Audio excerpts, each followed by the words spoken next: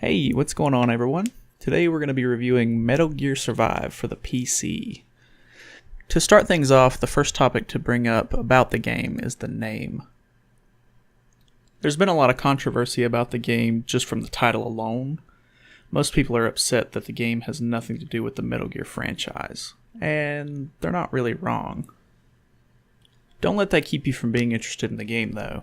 Although it uses the same engine and a lot of assets from Metal Gear Solid 5, I think it's a good thing for the most part. They reused the Fox engine for this game, which is the same engine that they used on Metal Gear Solid 5, and that's not a bad thing because the game looks really good on it and it runs very well. The entire time I played the game, I didn't encounter any sort of bugs or issues that prevented me from playing or anything like that. Looking past the Metal Gear and the title, the big selling point for me was the fact that they weren't charging $60 for the game. They knew that it wasn't a main series title, and I respect that. Moving on to the game itself. You start off with the character creation menu, which is always a nice touch for me because I really enjoy playing games where I get to play as a character that I put my own time and effort into creating. After creating your character, you start watching a couple of cutscenes here and there to kind of explain what's going on at the time and everything to kind of push you into the story. I kind of skip past that just for spoilers' sake. I want you to enjoy the game if you end up buying it.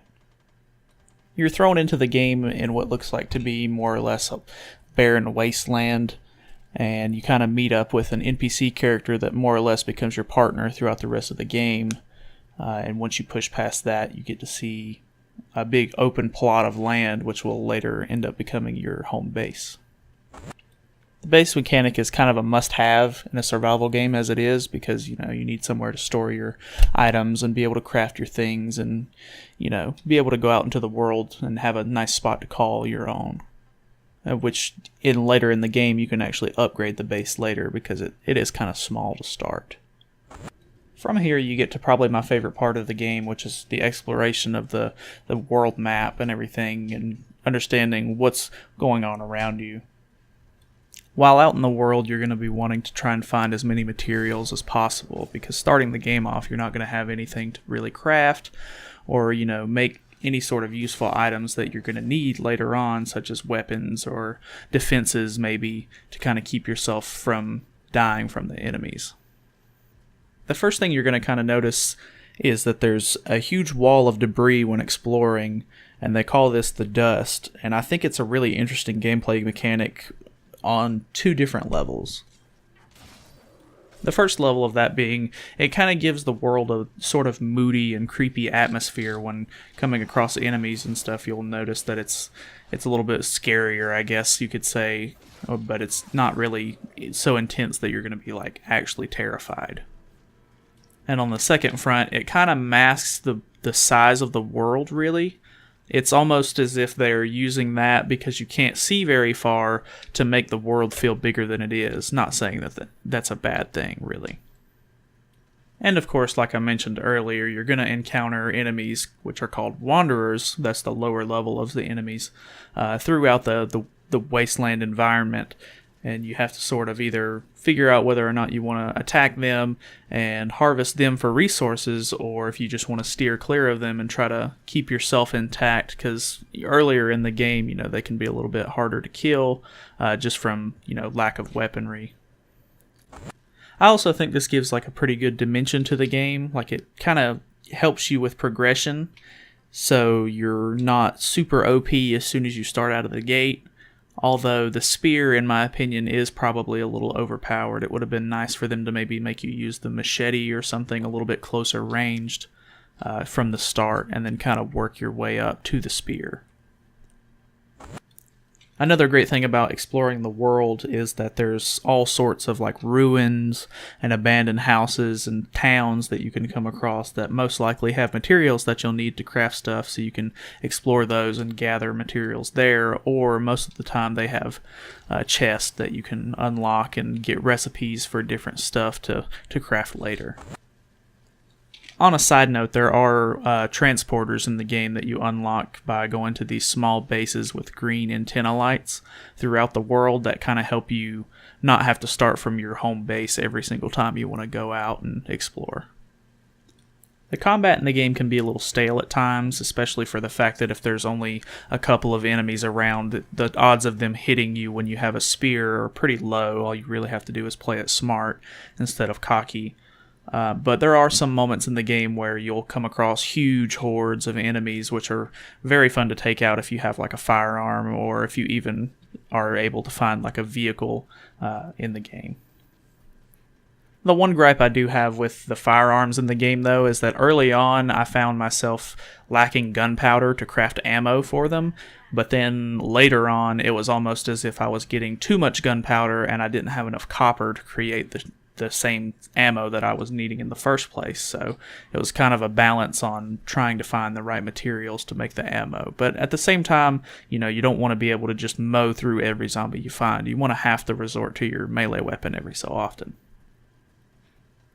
This also kind of brings me into my next point, which is the materials of the game. The way I understand it is the game runs off of some sort of like time-based mechanic as far as the respawns for most materials. So the little bases that I mentioned that have the teleporters in them, they actually have a lot of materials around them at the base, so it's pretty easy for you to just teleport to that area and gather all the materials. But on the other hand, most of the time for me, it took around 24 hours for the materials to respawn. So I would have to play for a day, collect all the materials, and then come back the next day. This kind of made it feel a little grindy in a way, which was not a great thing at that point, because at that point you kind of just want to be able to progress.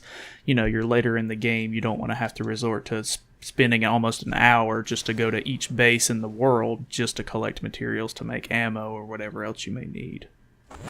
Moving on to the leveling system in the game, I thought it was really interesting because you don't actually get experience in the game as you do in a normal, setting. In this game, when you kill enemies, you harvest Kuban energy from them, which is sort of like a currency. And it not only lets you level up by spending that Kuban energy, but all of the items that you craft use it as well, just in smaller portions. So if it comes down to the wire and you have enough to level up, but you won't have enough to craft, you have to make that decision of, should I level up and, further my skills, or should I hold off until I have, the money later?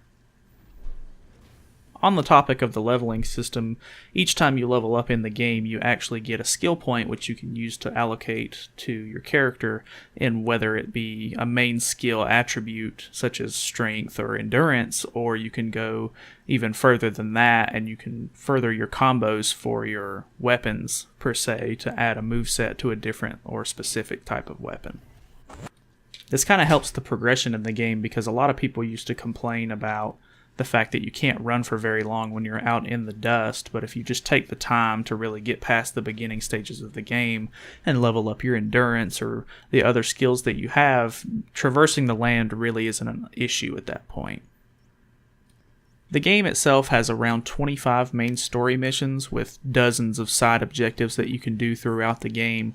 It took me roughly around 23 hours to finish through the main story of the game, and that's with me going around and exploring a lot of the extra areas and doing a lot of side objectives as well. And although it didn't take me but 23 hours to beat the game itself, there's a lot of end-game content that I unlocked as soon as I finished the game, and there's, some higher level gear that you can grind towards and stuff like that if you're really into that thing.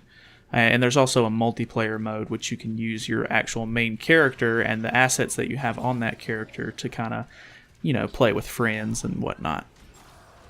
Sort of bringing the review to a close, I don't think the game was nearly as bad as everybody said it was going to be, and they think it is. For the $40 price tag, you're not really paying for, this ultimate experience, and even then, I've seen the game on sale already, only a month and a half after, the initial release date. Some of the console versions can be bought for only $20, which is, not bad at all for the game.